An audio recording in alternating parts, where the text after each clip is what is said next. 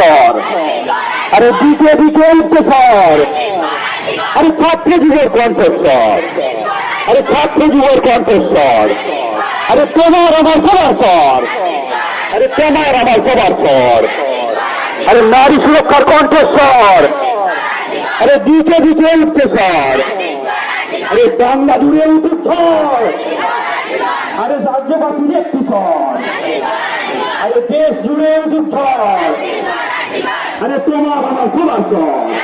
অপমানিত বোধ হবে।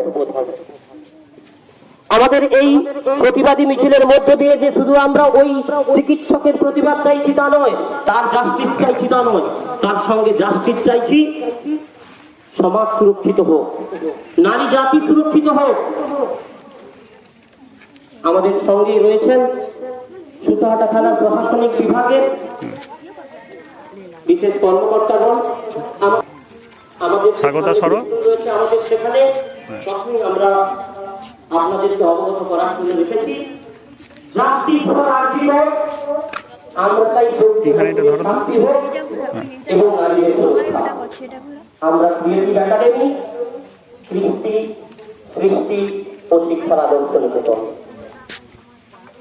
আমাদের এই প্রতিবাদ মিছিলে মাইক্রোফোনে উঁচু ক্লাসের ছাত্রীরা যে স্লোগান বলবে, কয়েকটি স্লোগানের মধ্যেই আমরা সীমাবদ্ধ থাকবো, যাতে তোমাদের প্রতিবাদী স্লোগান দিতে সুবিধা হয়। যখন মাইক্রোফোনে শুনতে পাবে উই ওয়ান্ট জাস্টিস, তোমাদের প্রতিবাদী স্লোগান হবে জাস্টিস জাস্টিস। আবার বলছি, ক্রিয়েটিভ একাডেমি থেকে তিলোত্তমার বিচার চাই নিয়ে যে আমরা পথসভা করেছিলাম, এই পথসভায় পথে একজন দিদিকে আমরা পেয়েছি যে মাত্র 3 মাসের একটা বাচ্চা, রাস্তাঘাটের অবস্থা খুবই খারাপ, কিন্তু এই ছোট বাচ্চাকে নিয়ে দিদি আমাদের সঙ্গে সামিল হয়েছে। এটাই নারী শক্তি। আমাদের এই মিছিলের যে সার্থকতা বিঘ্নিত হবে, অর্থাৎ কি বলছি বোঝাতে পেরেছি। আমাদের 3 ধরনের স্লোগানের মধ্যে আমরা সীমাবদ্ধ থাকবো এবং প্রত্যেকে দীপ্ত কণ্ঠে, প্রতিবাদী কণ্ঠে আমাদের সেই ভাষা গলা থেকে বেরোবে। কোনরূপ কোনো ধরনের কেউ লজ্জার কোনো ঘটনা নেই। যারা মেয়েরা রয়েছে, ছাত্রীরা রয়েছে, তোমাদের সুরক্ষা চাই। প্রত্যেকের হাতে তোমরা যেভাবে উদ্দীপিত হয়ে নিজেরাই যে প্ল্যাকার্ডগুলো বানিয়েছো, আমরা আমাদের একাডেমির পক্ষ থেকে তোমাদেরকে অনেক ভালোবাসা জানাই।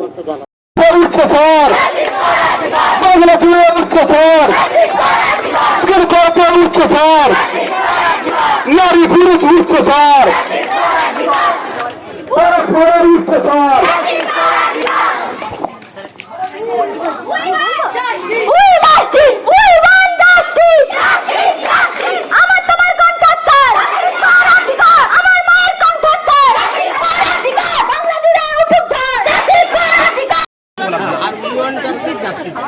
এই দুটি স্লোগানের মধ্যে Justice! Justice! Justice! Justice! Justice! Justice! Justice! Justice!